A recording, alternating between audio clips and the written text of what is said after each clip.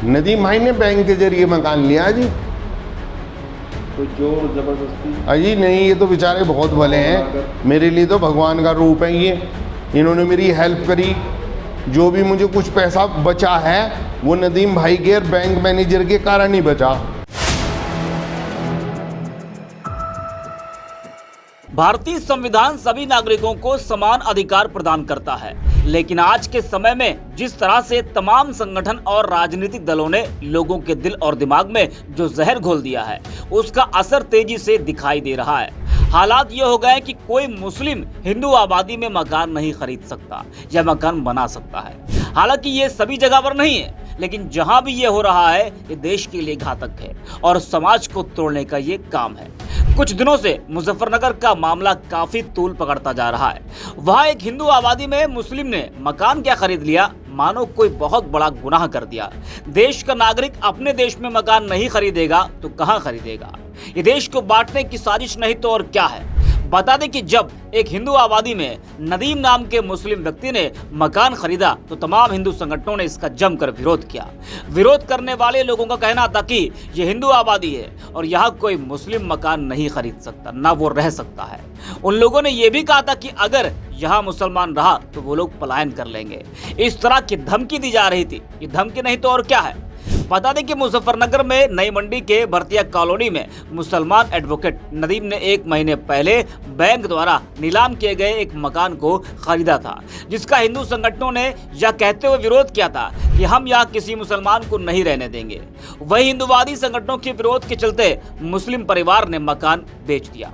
आरोप यह भी लग रहा है कि मकान के रिनोवेशन के दौरान विरोध करने गए लोगों ने मजदूर और उनके परिवार के सदस्यों के साथ मारपीट भी की। यह आरोप लगाते हुए मकान मालिक ने पुलिस से शिकायत की।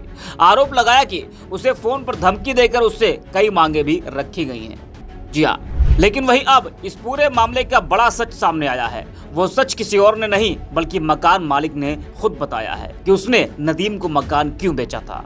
अशोक भारती जिसका मकान था, जिसको उसने नदीम के हाथों बेचा था, उसने बताया कि वह पिछले 5 साल से मकान बेचने की कोशिश कर रहे थे, लेकिन पड़ोसियों द्वारा उनको जाति सूचक आपत्तिजनक शब्द कहे जाते थे क्योंकि वो SC ST वर्ग से आते हैं। इन्हीं कारण की वजह से कोई खरीदार नहीं मिल रहा था। इस वजह से वे बैंक की EMI नहीं चुका पा रहे थे। राव नदीम ने बैंक का कर्ज चुकाया और मकान खरीदा, जिसे अशोक ने भगवान का रूप बताया है। उन्होंने कहा कि नदीम मेरे लिए भगवान है। अशोक ने क्या कुछ कहा है, जरा वो भी आप सुनिए। नदीम भाई हैं जी, उन्हें बेचा। मेरे पे बैंक का लोन था, मैं लोन चुकाने के काबिल नहीं रहा। मुझे अपने कारोबार में बहुत दिक्कत चल रही थी, काम मैंने छोड़ दिया। उसके बावजूद मेरे पे बैंक का लोन था, बैंक का मेरे पे प्रेशर आ रहा था। मैंने 5 साल से मैं बेचना काट रखा था। हजारों आदमी आए वहाँ देखने, जो भी आया था वो छुटता यूँ ही कहता है यहाँ तो दलित लोग रहे हैं, यहाँ तो वाल्मीकि हैं, यहाँ तो चमार हैं, यहाँ तो भंगी हैं, यहाँ नहीं लेने के हम।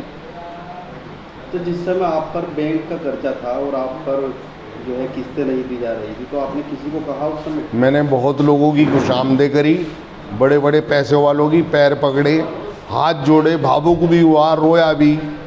मैंने कहा जी मेरी मदद कर दो। मैंने जिससे भी कहा उन्होंने यही जवाब दिया, कहने लगे भाई वहाँ वाल्मीकि में कोई नहीं लेने का।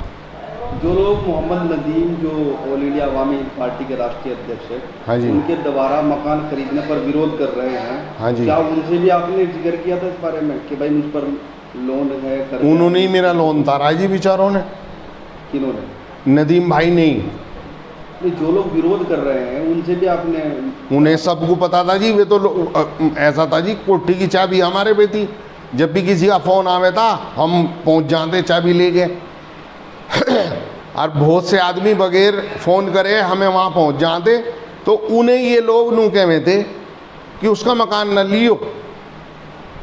नुको जी क्यों? नुको तो विवादित है। क्या वजह थी इसके पीछे? पता नहीं जी क्या कारण था, क्यों लोग मेरे से एलर्जी रखे हैं। नदीम भाई ने किस तरीके से मकान लिया? नदीम भाई ने बैंक के जरिए मकान लिया जी। कोई जोर जबरदस्ती? अजी नहीं, ये तो बेचारे बहुत भले हैं, मेरे लिए तो भगवान का रूप है ये। इन्होंने मेरी हेल्प करी, जो भी मुझे कुछ पैसा बचा है वो नदीम भाई के और बैंक मैनेजर के कारण ही बचा। नहीं तो ये तो फ्री में ही जा रहा था। इसमें एसपी को पैसे जमा हो गए थे, डीएम को पैसे जमा हो गए थे, लोग अदालत में चलाए वो केस। ये तो 6 जगह जाके फिर नदीम भाई को किसी ने, मेरे मित्र ने, किसी ने मुझे नदीम भाई से मिलाया। उन्होंने मेरी बात सुनी, मैं रोने लगा। उन्होंने कहा चिंता न करो, हम हैं, आपको परेशान नहीं होने देंगे।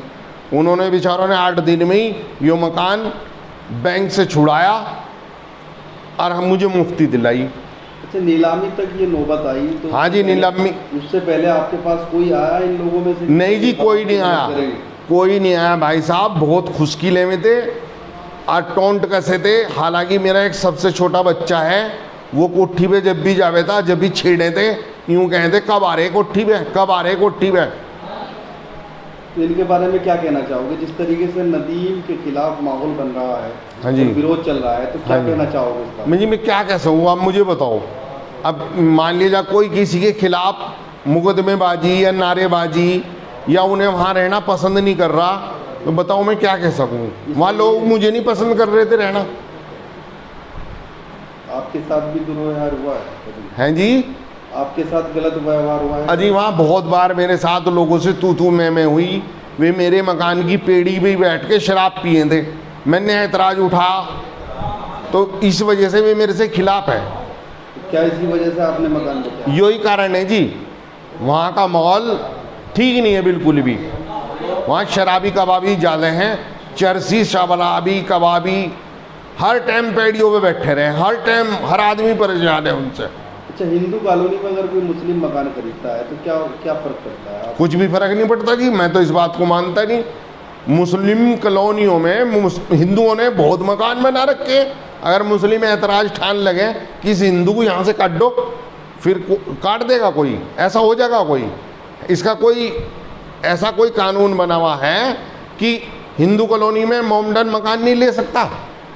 तो सुना आपने किस तरह से अशोक नदीम को अपना भगवान मान रहे हैं। वही हिंदू संगठनों ने इसका विरोध करते हुए क्या कुछ कहा था, जरा वो भी आप सुन लीजिए। पूरा मामला ये जो हिंदू बस्ती बसी हुई है यहाँ पर, तो हम मुसलमान को नहीं चाहते कि हमारे यहाँ बस है।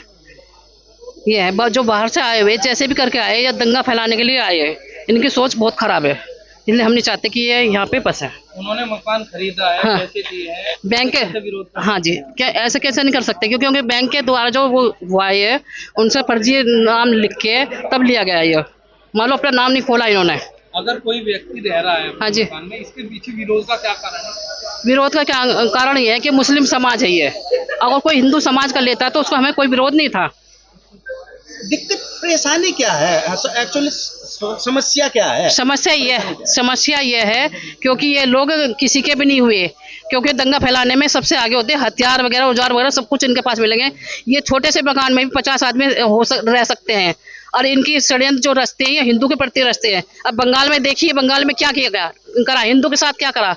मान लो हिंदू की लड़कियों को मुसलमानों ने किस तरह मारा प्रताड़ित करा गया। ये कोई अच्छी बात थोड़ी ना। ऐसे ही सोच रहे कि हर जगह हम अपना राज करें। क्यों लगा ऐसा कि हमें लगा, हम क्यों, हम देखते हैं, न्यूज वगैरह देखते हैं, सबको पता है। यहाँ किस तरह की गतिविधियां हो रही, क्या इन्हें देख के आपको? इन्हें अभी नहीं देखा, लेकिन आगे कोई यही माहौल होना है। अभी ये भी हाँ जी, बता रहे ये गोपनीय तौर पर रह रही है यहाँ पे, लेकिन क्यों, अगर इनके मन में छल कपट नहीं होता तो ये सामने खड़े को बोलते क्यों भाग गए रात में, क्यों घेरते हैं कटिया है? क्या मतलब है इनका घेरना कटिया? मतलब चोरी छुपे काम करना चाहते हैं। ये ऐसा यहाँ नहीं होने का। इस मोहल्ले में कितने लोग हैं इसमें? यहाँ कम से कम 35-40 लोग हैं।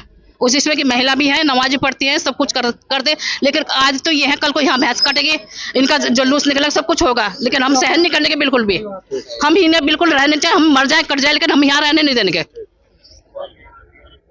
अगर ये नहीं जाते तो फिर आप क्या करेंगे? हम विरोध करेंगे इनका, हम निकलना बंद कर देंगे इनका, चाहे हम कितने ही मर जाए लोग, लेकिन हम यहाँ बसने नहीं देने के इनको।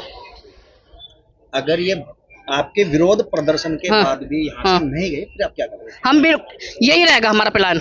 हमारा प्लान यही रहेगा, हम इनके यहाँ से निकाल के बाहर फेंकेंगे, चाहे कैसे भी करना हो।